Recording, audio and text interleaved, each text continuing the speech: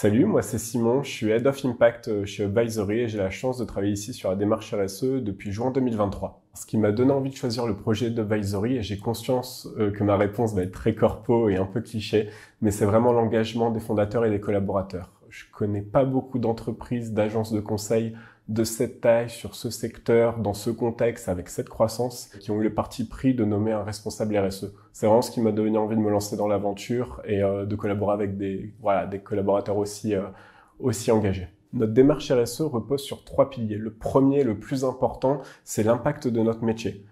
Comment changer les pratiques du product management pour le rendre plus responsable, comment définir les standards du product management responsable et finalement comment faire infuser les bonnes pratiques à travers tous nos métiers chez nos clients, mais aussi de manière générale sur des parties prenantes externes. Le second pilier de notre démarche, c'est de rendre l'organisation elle-même, le véhicule, plus responsable. Et pour cela, on travaille avec toutes les fonctions internes au regard de standards exigeants, à l'image, par exemple, du référentiel B Corp, qui est peut-être ce qui se fait de plus exhaustif à date. Et tous ensemble, on travaille également pour améliorer nos pratiques et nous inscrire dans une trajectoire plus responsable.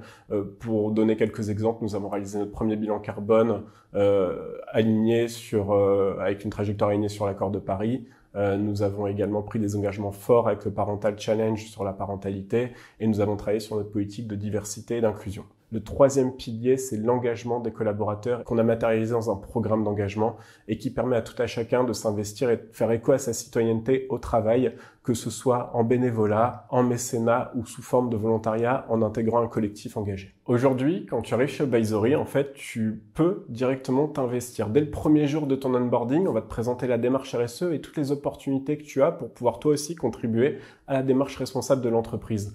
Ça passe notamment par un collectif qui s'appelle le collectif Up for Good et qui est vraiment le pilier de notre démarche. Ce collectif, il est soutenu par la direction et il permet de capitaliser sur l'intelligence collective pour pouvoir mener à bien des projets impact.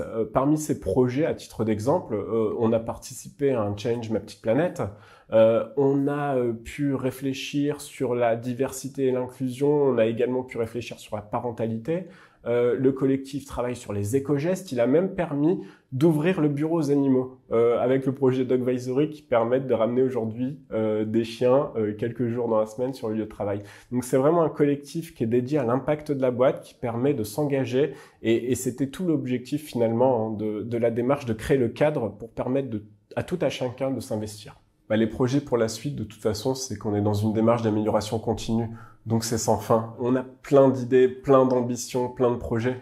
Celui de créer une fondation, celui de devenir B Corp, celui pourquoi pas de devenir entreprise à mission, de transformer nos métiers. Bien sûr que tout ça nous anime, mais le plus important, c'est la trajectoire. Et si on arrive à créer une entreprise tous ensemble, viable, résiliente, dans le contexte du développement durable et qui prend en compte les intérêts de ses parties prenantes, je pense que c'est déjà une très belle aventure qui va nous fédérer pendant encore quelques années.